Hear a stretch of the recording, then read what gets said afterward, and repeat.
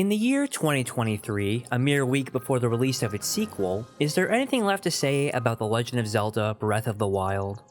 Released side by side with the Nintendo Switch in 2017, 6 years later and 29 million units sold, Breath of the Wild has been nothing short of a revolution for the Zelda series. But you knew that already. Various lore analyses, speedruns, and reviews of the game have been made. What else could I possibly bring to the conversation? Well, on this channel, I recently finished streaming this game in preparation for Tears of the Kingdom releasing this month. Since you're most likely new here, my gimmick that I'm trying to establish is to stream gameplay and then make long-form content out of the footage from these streams. Although I was unsure of how to go about this game in a way that inspired me. But then I got to thinking about my relationship with this game and how it's changed over the 6 years I've been playing it. And something occurred to me. Every run and experience with this game is vastly different, and with my latest run being streamed for all to see, I experienced this game in a way I never have before. And I'm going to tell you about it. First, I guess I should give my general thoughts just so we're clear on how I feel about this game. My favorite Zelda game is Skyward Sword. No, I'm not kidding. It was the first Zelda game I've ever beaten, and while I guess there's a certain bias that accompanies that, there's no denying how deeply the story, sweeping orchestral soundtrack, and immersive combat system sank its hooks into me. It's the very game that made me a Zelda fan, even with all these flaws in mind. Breath of the Wild is the complete opposite in every sense of the word. It is open world, open air, and open-ended. The open world is masterfully crafted with the assistance of Monolith Soft, the company behind the Xenoblade games, aka Peak Fiction, and boy, it shows! Every single cliff, crevice, mountain, hill, rock formation, and town are completely handcrafted to such a refined degree that it works flawlessly with how acrobatic Link is. Barring ceilings and sheer surfaces, he can climb up any surface to any height so long as his stamina allows for it. In older games, Skyward Sword especially, I always had this thought of, damn it, that cliff is right there and Link can't even bother to climb it. Yet Breath of the Wild trivializes thoughts like these. If you can see it, you can go there. You just need to manage the stamina you have to get to the heights you wish to go. The only annoyance with climbing is rain, and yeah, like everyone else, I hate it too. It makes you stop whatever you're doing and forces you to either wait it out or go somewhere else. It's crazy to me that the developers never put in a countermeasure like a piece of equipment that negates it or something. Maybe they thought it would be overpowered? Who knows? Despite this, there's not many limitations elsewhere. You can go anywhere, do anything, and in any order you wish. And I mean in any order, as in some cases, you can even sequence break some events. It's completely open-ended. Towns, dungeons, shrines, and quests are all optional to the point where really, the only sequence required to beat the game is to find your bearings in the Great Plateau, then lay siege to Hyrule Castle and defeat Calamity Ganon. The former of which you gain your runes from, basically the only permanent items Link gains in his arsenal. Magnesis to grab and manipulate metallic objects, bombs to blow things up, stasis to freeze objects in place and move them through kinetic energy, and cryonis to traverse across large bodies of water. Being familiar with the prior formula, it's completely insane how downplayed these items are. There's no fanfare or music cues. Once you get them, that's just it. You have them for the rest of the game. You're simply asked to come to grips with how they control in the shrines you find them in, and move on. It goes without saying, the versatility of the runes far outclasses the dungeon items of old, but it's weird how downplayed Link's arsenal is this time around. Aside from these runes, the only items you get are swords, shields, spears, and bows, all of which break after a set number of uses. Even the Master Sword, the Blade of Evil's Bane, shatters like everything else after enough swings. The only difference is that it doesn't permanently break, it just has a 10-minute cooldown timer. This has been a point of contention for many, and I've even seen some people say they found the game unplayable because of the rotating nature of your weapons. Which is quite odd to me because I feel as if those people never made it past the Great Plateau. The game showers you with opportunities to get items from defeating enemies, finding treasure chests, or sometimes they're just laying around out in the open. There is no shortage of options for you to use. You can even use a tree branch if things get dire enough. I really enjoy the durability system because it forces me to use every type of weapon and not just rely on my sword for the entire game. I've seen a lot of people hellbent on keeping their best weapons for important bosses, and look, I get that. I too am a hoarder when it comes to RPG games. However, aside from some weapons being much stronger and more durable than others, you really shouldn't feel bad about using your best weapons. Unless it's for something stupid like mining for ore with a fucking Night Claymore, but whatever, don't judge me. They all break eventually, so it's best to use them when you need them before you get your ass handed to you. Just keep in mind, it's not the individual weapons that matter, but the collection you acquire that will allow Link to become the unstoppable force he eventually becomes. Accenting the combat is the brilliant physics system. All the objects in the game that Link can manipulate have strangely realistic physics. Like whenever you pull out a treasure chest out of the ground, it tumbles with actual momentum. Stasis is a perfect showcase of how dynamic this new physics system can be, storing kinetic energy into the objects you whack and sends them careening across the world after the timer expires. Even Link himself tumbles realistically when an enemy knocks him off his feet. And while this can get irritating at points during the heat of battle, you cannot convince me that watching Link bounce like a fucking basketball down a mountainside will never not be funny. The more and more I think about it, there's just so much complexity to this game. It's insane. I could spend an additional 30 minutes talking about how intricate all this is, but honestly, I don't think I could do it justice. So instead, allow me to point you to this video, Nintendo's Developer Showcase from GDC 2017. There are so many cool things to unpack here. Like how when designing the world, the developers utilized triangles in the geometry of the world to give players points of interest to look at and go after. Or how they designed an entire chemistry system for the game where elements universally interact with each other. Grass burns when it touches fire, metal objects conduct lightning, that kind of thing. And to tie it all together, they purposely made these rules universal across the entire game no matter where you are to make it truly open-ended. Please, do yourself a favor and give this presentation a watch. It really is fascinating to see how deep the design team had to dig to make Breath of the Wild the game that it is. I'll put a link for it in the description. As convention-breaking as this game is, however, there are bound to be shortcomings lost in the transition. Things that are just no longer possible given how open-ended this game is. And unfortunately, the biggest concession here is the story. It's so simple, I could summarize it in just a few sentences. It starts with Link waking up from a medically induced coma with no memory to his name. After viewing the beautiful money shot used in the beginning of literally every YouTube video ever, he is greeted by an old man that guides him to find the treasures in the 4 shrines. Link does so, and meets the old man on the top of the Temple of Time.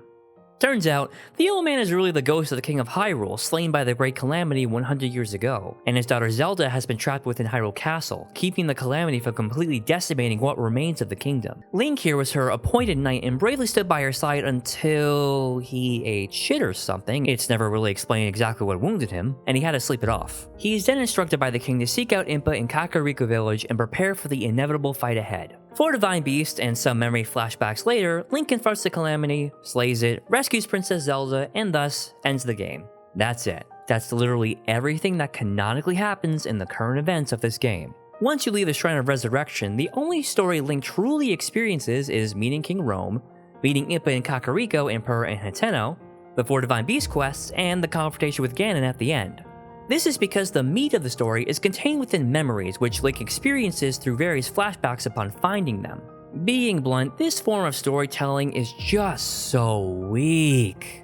Everything interesting takes place in the past. Almost nothing happens in the present except for the Divine Beast liberation quests. Even worse, because all these memories with Zelda herself are pretty much optional, they didn't bother to give her much depth.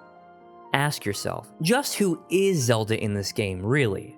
Well, in short, she's a brainiac who loves technology but is burdened with the weight of her destiny and is pressured by her father to unlock her powers. That's basically it. Her whole story arc boils down to her finding her own power not from the goddess Hylia, but from within.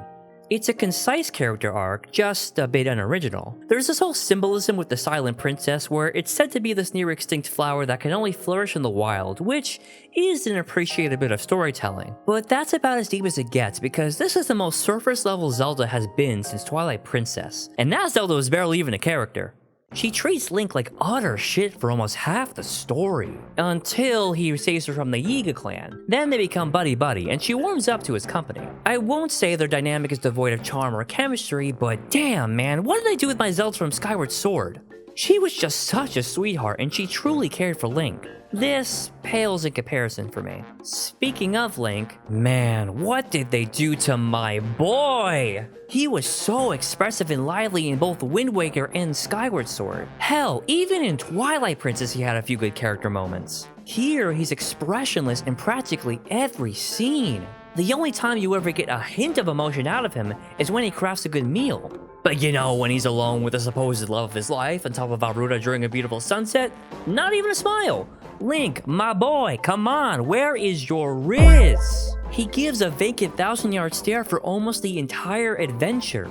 And don't give me this crap of him feeling the need to stay strong and silently bear any burden due to the nature of being the hero. That shit is so fucking lame. It's a contrived piece of storytelling that you can easily miss. I know this may be blasphemous to suggest, but seeing as you can't even name him this time around, and he obviously has a history with the main characters in this game, why not just have Link speak? He clearly can in NPC dialogue, so why restrict him like this? This game is all about breaking conventions and what makes a Zelda game a Zelda game. Why not ditch the trope of the silent hero? It's just getting to the point where it feels like this outdated design philosophy is becoming detrimental to building the world of Zelda. The new champions don't fare much better here either. Although I do like them. Mipha is the sweet girl next door that is there for Link whenever he needs her, aka best girl. Daruk is just a headstrong bro that wants to protect the Gorons. He's cool. Urbosa is sort of a mother figure for Zelda, and Rivali is an asshole. And well, that's about it really. All the story they get is a flashback cutscene introducing them, some dialogue in the beast they're trapped in, and then the scene where they're freed. They're all just kind of one note. They are given some added development in the Champions Battle DLC, which I will stream at some point, I promise, but even with that, it's all very surface level. It's a shame that they're stuck being dead the whole game, because I really wish we were able to spend more time with them and really flesh them out. This is further compounded by the voice acting, which is... I thought I made it clear that I'm not in need of an escort. It seems I'm the only one with a mind of my own. I, the person in question, am fine, regardless of the king's orders. Hit or miss at best. Starting on the positive end of the scale for me is Rivali. Even though he's a complete asshole, Rivali probably has the best line delivery of any character in the game. I mean, it's just asinine. Unless you think you can prove me wrong? Maybe we should just settle this one-on-one. Oh, you must pardon me. I forgot you have no way of making it up to that divine beast on your own. I love his cocky attitude. He's so snarky and is such an immense dickwad to Link that you can't help but love to hate him. That is, until you free him from Va Meadow and you get just the slightest hint of appreciation and humility from him. Your job is far from finished, you know.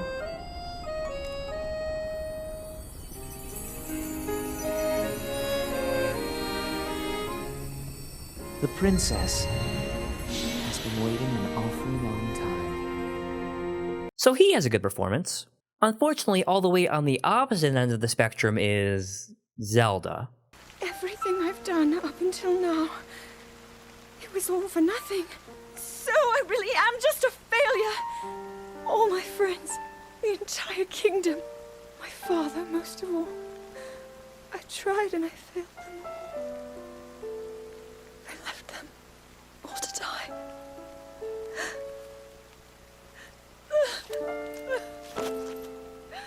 Why is she British? Why does she sound this way?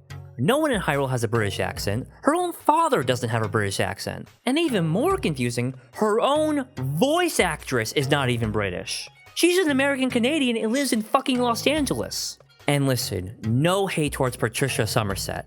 She seems like an incredibly nice person, and I'm sure she gave it her all here. However, she was done dirty by the voice cast director. She sounds pretty good in the other voice acting roles I sampled from her, so why not let her use her own natural voice? I truly don't understand this creative decision. I guess you could argue that Zelda's mother was British, which even that doesn't make sense, but like canonically, her mom died when she was young, and now she's almost 17. Any action she maybe might have picked up would have mostly been gone by now. It doesn't help that the story structure does not help her case as a character either. Because everything is essentially optional, these cutscenes, while beautifully choreographed and containing masterful cinematography, never go deeper than the surface level. And this goes for every cutscene in the game. Characters in general just never have any deep moments. Just quick tidbits about them and some charming moments. It's so shallow. It's a shame because, like I said, the story is what I absolutely loved about Skyward Sword. As linear as it was, as handholdy as Fi got sometimes, I still enjoyed every moment because the narrative was just so compelling. Because of their lifelong friendship and on-screen chemistry, I felt like Link actually had a reason to save Zelda. Listen, as cool and as hype as the 2017 Nintendo Switch presentation trailer is, it is in no way a good representation of what the game actually is. It gives you the impression that the game will be heavily story-based and have a deep, compelling plot, but that couldn't be further from the truth. The story here is really no deeper than past Zelda games, and in fact, I would say even Ocarina of Time has a more compelling narrative. I think the trailer from E3 2016 was a much more accurate representation. This bare-bones approach also seeps into the gameplay. The 4 Divine Beasts absolutely pale in comparison to the dungeons of old. They all have the central mechanic of being able to manipulate actions of the Divine Beasts, which, while cool, makes them all feel the same in concept. The puzzles you solve are short and not nearly as challenging as they should be. And the bosses all wear the same Calamity Malice skin. They stop short of offering any truly unique and thought-provoking concepts. Shrines pick up the slack to some degree, offering some pretty complex challenges, but they all look the same. In fact, I'd argue the shrine quests where you need to figure out how to get into certain shrines is more compelling and interesting than the shrines themselves. Even the music, a staple for the Zelda series, is forced to be subdued, foregoing having any prevalent tracks outside of towns, cutscenes, and Hyrule Castle, which is the best track in the game, by the way.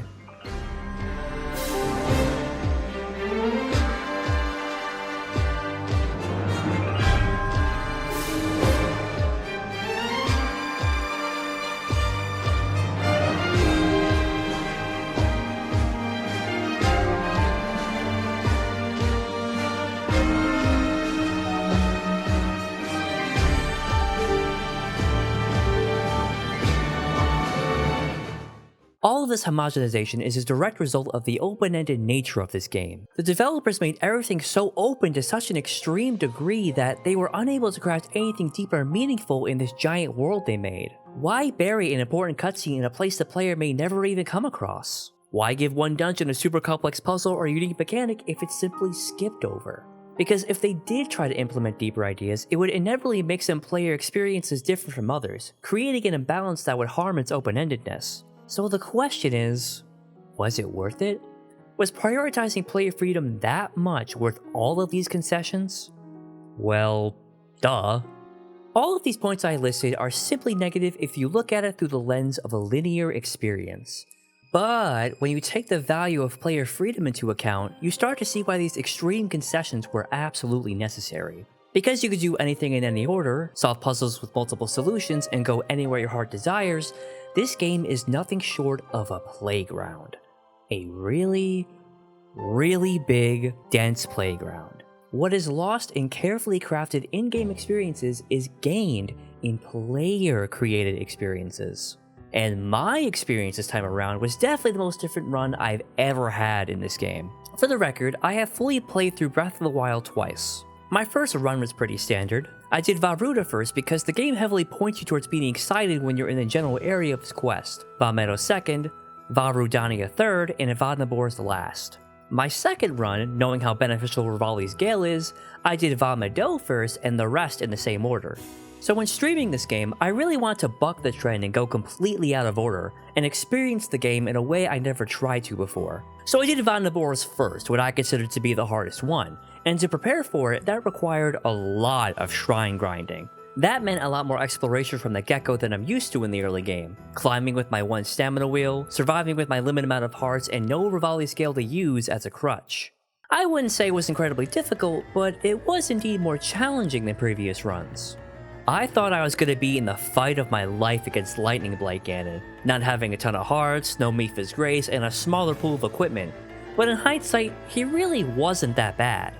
He wasn't a pushover, mind you. I really had to buckle down on my shield bashing technique, but with enough preparation, it seems like any boss in this game is approachable. I have to say, Breath of the Wild is a very contemplative game. Between shrines and combat while traversing the overworld, there are a lot of quiet moments where you're just trying to get where you're going. These are moments when the ambience of the world can really immerse you in this version of Hyrule, and you truly experience the heart of this game. However, because I was streaming for an audience I wanted to entertain, these moments of peace for most players were quiet voids of bubbling anxiety as I wondered what to comment on next. This wasn't like Mario Kart where I had the easy out of swearing about blue shells or taking sweet shortcuts. It was just myself and the mountain I was trying to climb. I have to say, it was definitely a learning experience for me in how to talk to my audience. This feeling thankfully subsided after a while thanks to my wonderful chat who were just having a good time watching me explore Hyrule. So thanks guys, you're awesome. Once I got past that personal obstacle, I found myself really engrossed in this new version of Hyrule again. The open world is such a vibe to explore, gather resources in, discover secrets, and cook meals during your downtime. The latter of which became one of my favorite things to do. I don't know what it is, but for some reason, just throwing random ingredients into your big old pot to see what Link cooks up is genuinely fun, especially when you end up making something unorthodox, or even dubious. One aspect that's also aesthetically pleasing but not quite as functional is horse riding. I'm gonna make a statement that might anger some of you, but horses are useless in Breath of the Wild. They're the first mode of transportation you're presented with to get to Kakariko Village, and to be fair, they're great for the early game when you're just trying to get your bearings. However, half the time I just found myself wanting to climb the mountain that was right in front of me. It just felt more efficient to do so. The world practically begs to have its verticality explored and conquered. You find a lot more treasure doing so anyway, and you run into far less enemies to boot.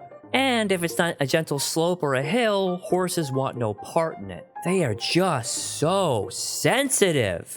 Your horse will throw a fucking hissy fit if it so much as touches a small rock on the ground. Additionally, their AI is stubborn if you happen to get one with an aggressive temperament. Shout out to my one and only horse Dash for being a complete prick whenever I try to go literally fucking anywhere. It's just not worth it. Ditch the horse and go on foot. You'll be much happier for it. Unless, of course, you're riding for the aesthetics. I definitely wouldn't blame you for that, especially with this haunting rendition of Zelda's Lullaby that plays during nighttime.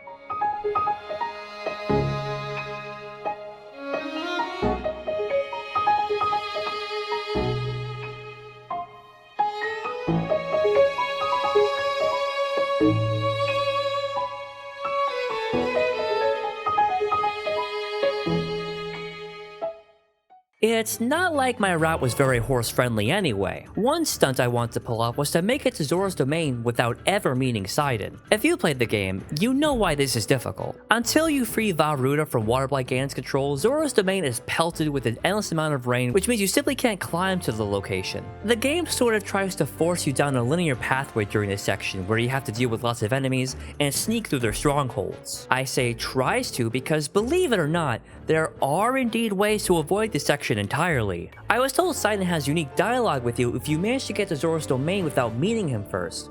So of course, you know we had to try. This is where I had the brilliant idea to learn how to Windbomb, a glitch where you use the propulsion of your bomb explosions to send you flying across the map.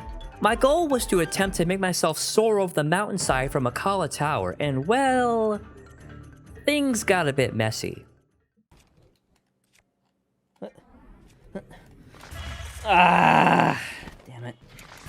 Oh my god.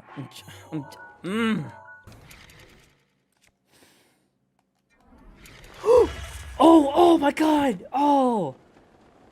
Okay, I got both bombs out, but like I didn't do it. What did I do wrong that time? That really looked like it that time. It really did. That kinda worked.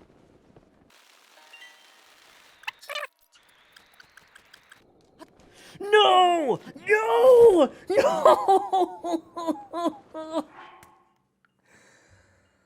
Oh, that was so close.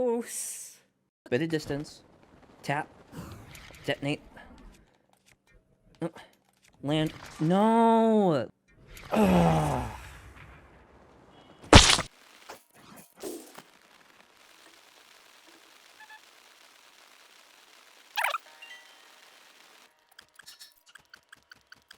No.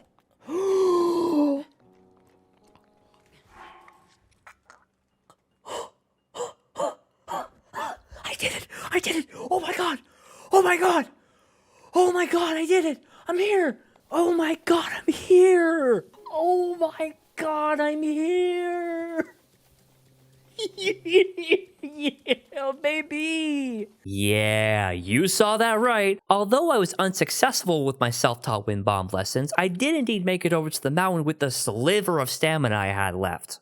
I triumphantly walked into Zora's domain and met Sidon for the first time. And all I got was this one small cutscene to show for it. And who might you be? The Zora King is not accepting visitors at this time. I shall escort you out.